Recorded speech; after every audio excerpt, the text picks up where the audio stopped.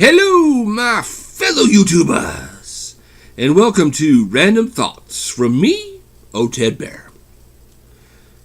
Now, I know you've asked the question because I've asked the question myself.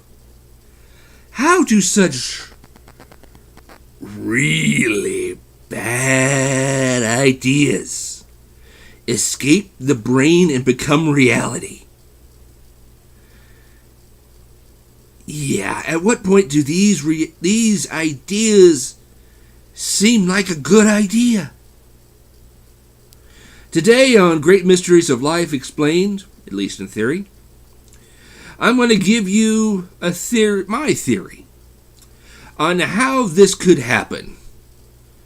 It comes down to two words: toxic mold. No, seriously.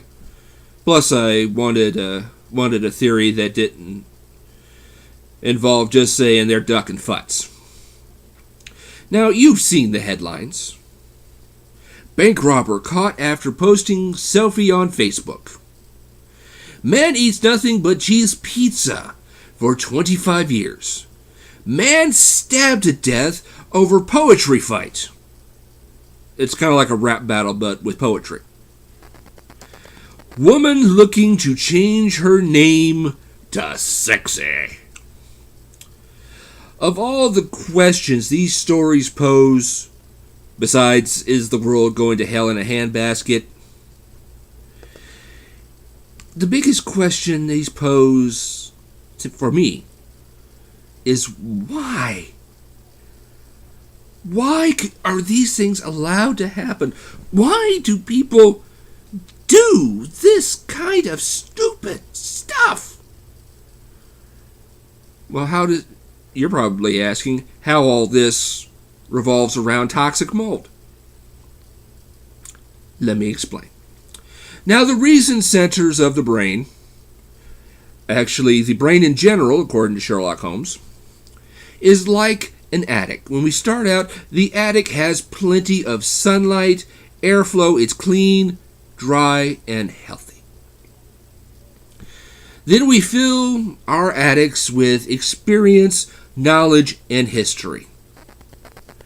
Now, I don't know about you, but I've never gone into any person's attic that didn't have a large percentage of things that we keep a hold of for no damn reason. Me included. This is where toxic mold comes into play. When you reduce your sunlight, aka links to reality, whether you dull it with what you're exposed to, or you dull it with drinking, or anything, when you reduce the airflow, which in this case we're going to call face-to-face contact with humanity, and not just this, actually talking with people,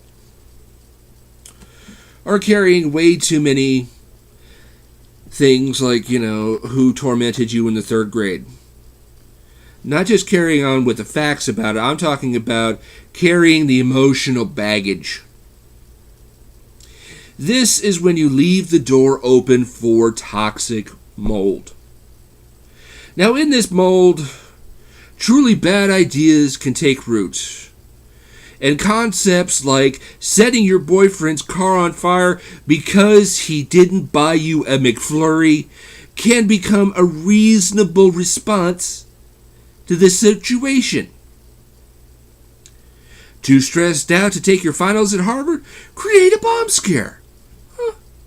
It's so simple. Oh, don't worry about stringing a piñata over a tree branch for your daughter. Just hold it out in front of her. It'll be fine. No. Losing a chess game? If you've lost that chess game, eat your opponent's heart. The really scary part, I didn't make up any of that. These are examples of ideas that would never come to pass without having that solid base of toxic mold. So give your attic plenty of reality, interactions with human beings, and let some of the excess go. Let it go when you can.